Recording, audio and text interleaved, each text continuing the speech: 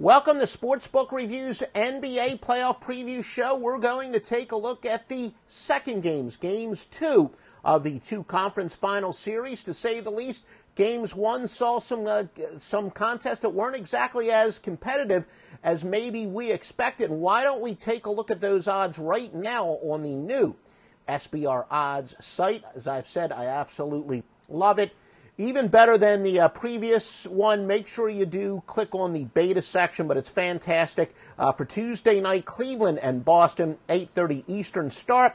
Definitely want to shop around for the best line. You can get this game as a pick, or even some places, Cleveland is laying a point, but also Boston in other areas laying a point, although the juice varies.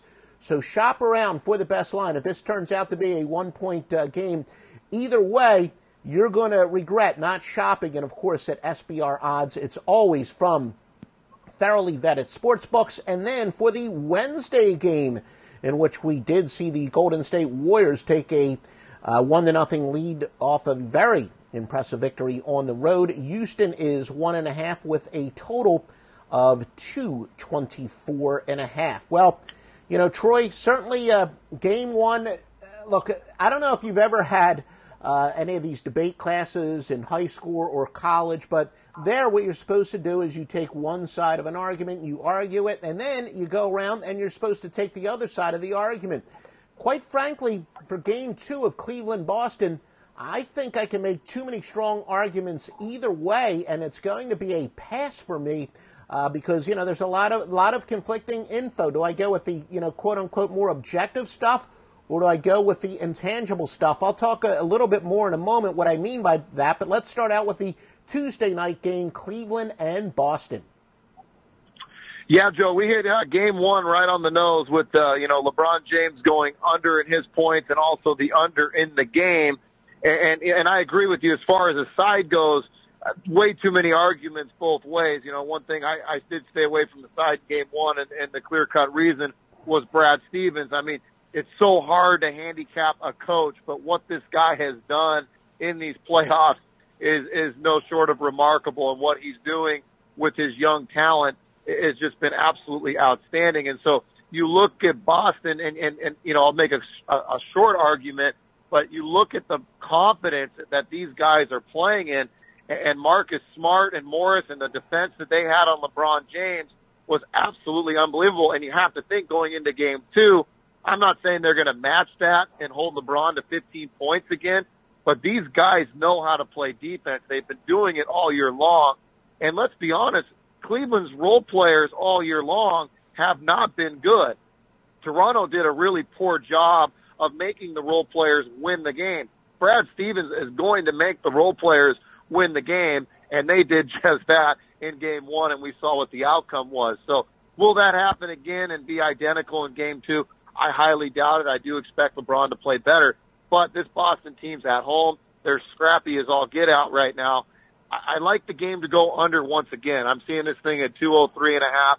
I don't see Boston putting up 108 again. I think that was a little bit outside their norm. I think they'll be more in the mid-90s. I think this game will be closer, but I think both teams are going to be right around the mid-90s. So I think this thing goes under the 203. But like you said, as far as the side goes, too many objections on this one. I'll take a pass on it. Would not be shocked if Cleveland got going. Guys like Kevin Love stepped up a little bit, and Cleveland snuck one here.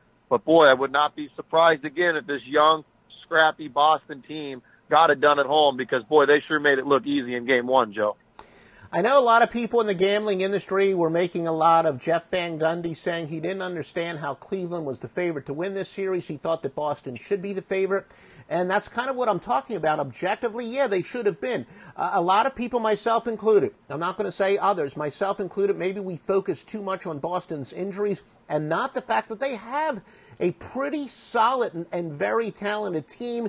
And as I said, you know, even now, Horford, he's surprised me. Horford's one of these guys that I always thought that his production was never as good as his talent. But then again, they're the guys who have upsides. And Horford has finally in the playoffs really lived up to his potential. And, you know, the young kid Brown, he was hurt. He's healthy now. Boston has a ton of talent.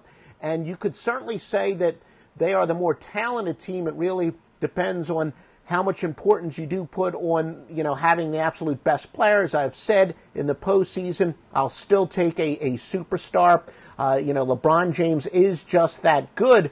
But here's what worries me about, simply going with Boston is I've seen it so many times before. LeBron, a lot of times in game one of a series, he kind of likes to feel things out. He definitely wants to get his teammates involved. But then if he gets punched in the mouth in game one, LeBron takes over. And as I've said it so many times, LeBron is that great. He can single-handedly take over a game. It's one of those things where, honestly, if you could just hand-pick a way to beat LeBron in a playoff game, you'd want to beat him by like 2 or 3 points. You really don't want him to come into game two pissed off. So from an objective standpoint, Boston's the play. But I've just been watching LeBron too long. He is just that great.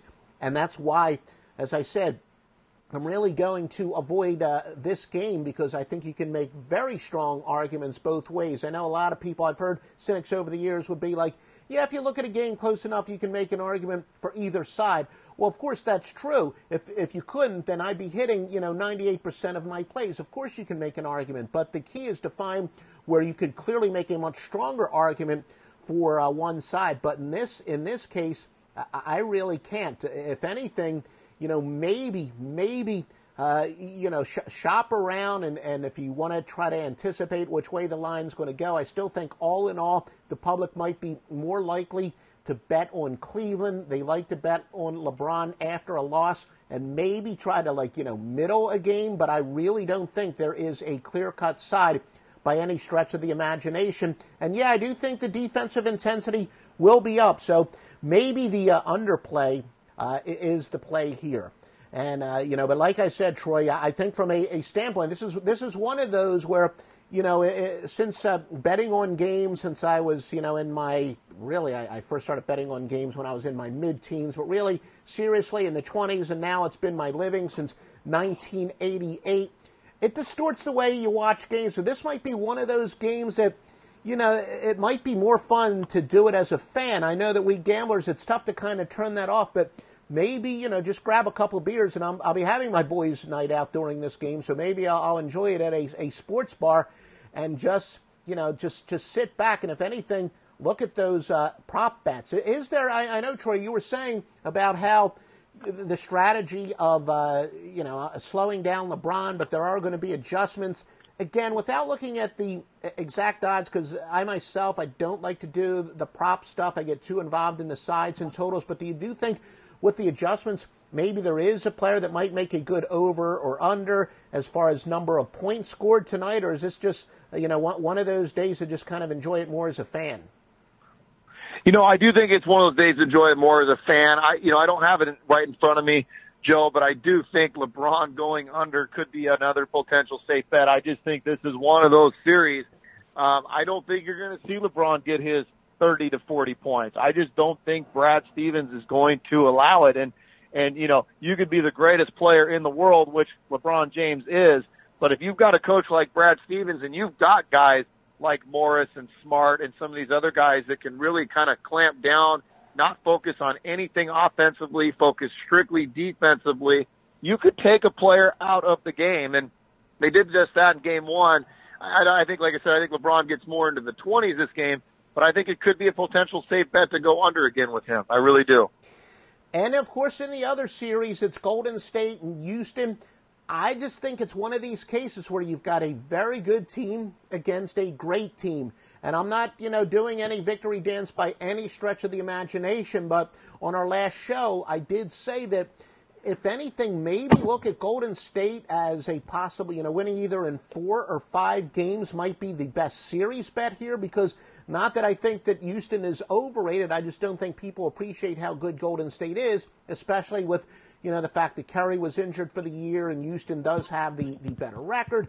And as I said, Golden State, and much like the San Antonio Spurs were a couple years ago, Golden State is one of those teams that can kind of pace themselves, or the Cleveland Cavaliers as well. I think once you have at least one championship under your belt, and in the case of the Cleveland Cavaliers, their star player, obviously including in Miami, he's got a bunch of championships under his belt. But I think Golden State and Cleveland are the two teams that this year were able to pace themselves. The Warriors are just that good, but I don't know, Troy. Can the very good, one of the best teams in the NBA, bounce back at home against what I believe is one of the greatest teams in the history of the NBA? Yeah, that game one, Joe, went, I thought Houston would get a game at home. I didn't know if it'd be game one or two. You and I both discussed, we both are in agreement that this Golden State team truly is the best team. And, I mean, come on, you get 64 points combined from James Harden and Chris Paul, and it's still not good enough. So, I mean, you look at game two and you get the same type of performance from Chris Paul. You get 41 from James Harden, and you'll still lose by 13 points. I mean, they really don't have anyone else to step up offensively. Those are their two key guys. I mean, Eric Gordon still put up 15. He's one of their other guys, but the fact that they still came up short kind of shocked me. We thought that Kevin Durant would be kind of the mismatch for Golden State. Trevor Ariza and PJ Tucker are the two guys defending him, and Durant puts up 37 points. I mean, Draymond Green only puts up 5 points, goes 1 of 5 shooting, and they still put up 119 points. This just shows you how good this Golden State team is.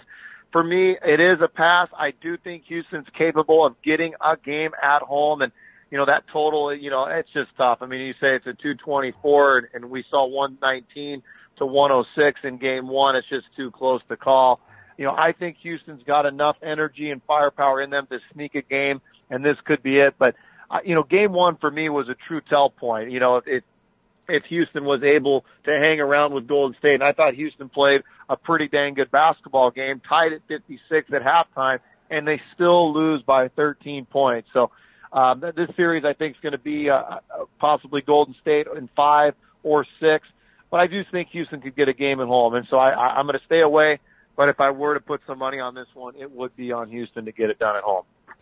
Historically, teams that did lose, home teams that did lose game one, are pretty good plays in the game two. But as I said, not on this report, but in some of the reports we did earlier in the playoffs, that the so-called zigzag theory, where you bet on the team that lost the previous game to win the next game or to cover the next game, that used to be a very good play. Last year it had its worst year ever. This year, haven't really even checked through today, but it's become a 50-50 at best this year.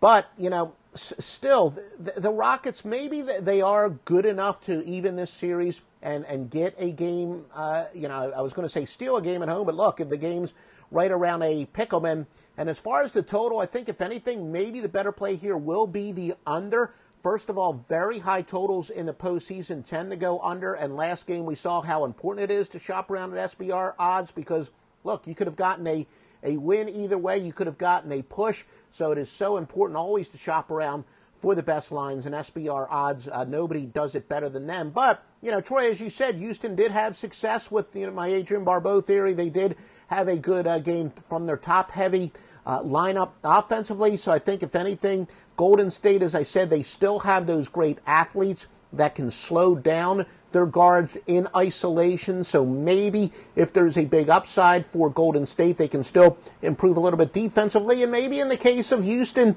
they might say at times, let's try the half-court game a little bit more and see how the half-court game works. I know they're not necessarily built that way, but when you make adjustments and when you're trying to catch the other team off guard, that's really an obvious way to do it. And I'm not saying, go half-court the entire game, but maybe mix in that half-court and see how they do. And that's one of my golden rules of handicapping. Handicapping totals is much more about pace than it is offensive or defensive competence, though the latter is certainly true. So if anything, I think probably my play here would be to go with the under. And, Clint Capella, he's really become the clear-cut number 3 guy, but more so on the defensive end than on the offensive end. So I think, if anything, maybe the under here, but But, you know, who knows? Who knows? Well, Troy, I'm making you the coach of Houston. You're Mike D'Antoni. What type of adjustments would you make? Would you consider maybe changing that pace, you know, mixing up a little bit of a half-court offense, or is, you know, maybe betting the high total over a very good play here?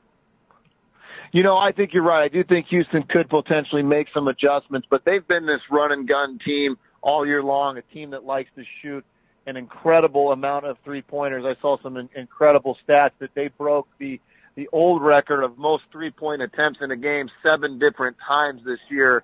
It's just truly remarkable what they've done. So it is tough to bet an under with a Houston team, because if they start firing away at these threes and they get hot and they have one of their games where they, you know, blow the lights off, I would not be shocked to see them get much higher than 106 in what they got last game. So, you know, these total plays can be tough in this game because there's so much scoring power between the two teams. I mean, it's just truly remarkable. So I would probably stay away from that. I do think there could be some adjustments made.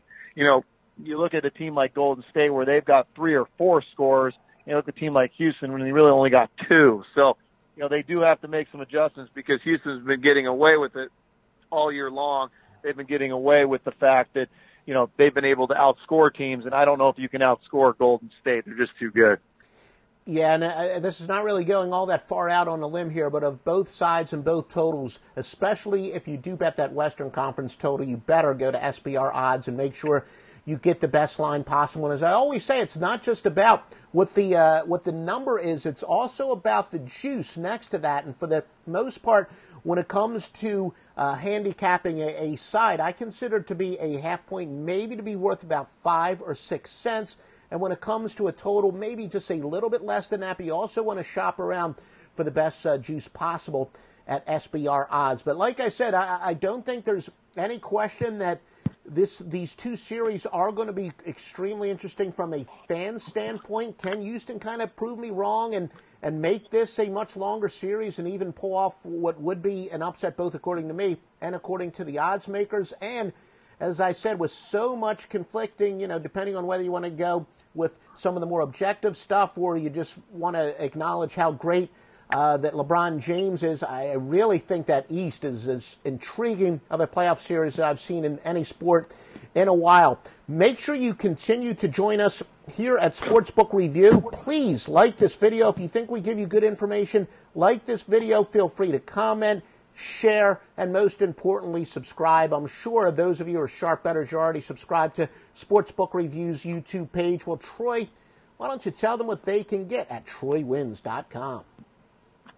Yeah, thanks, Joe. You know, we're really hot right now in MLB on currently a 22-7 run. We've got our NHL series bet going, and right now, in terms of the Western and Eastern Conference Finals, we're 2-0. So still slightly in the black in terms of the NBA playoffs go, but I think we're going to finish up these last 2 series strong and going right into the NBA Finals. Really looking forward to it. It's been a lot of fun. And not only do I give my premium picks at OffshoreInsiders.com, but some free picks as well as discussing handicapping strategy for those of you who do handicap on your own. Make sure you visit me at OffshoreInsiders.com for a little bit of everything. And like I said, I've been in this business 30 years, since August the 27th. It's been absolutely tremendous. Well, Troy and I, we will be back to preview the rest of the series. And, of course, down the road, we'll preview the NBA Finals as well. And we will talk to you then. Hey guys, thanks for tuning in to our channel. Now, we've put a lot of work into producing all these free videos, so please help us out and keep all our content free for you forever by simply liking, sharing, commenting, and subscribing. Now, not to mention, a visit to our industry-leading website will warm the hearts of all our SBR employees, especially myself. Now, the links are over there to the left, so do check those out. Thanks for watching.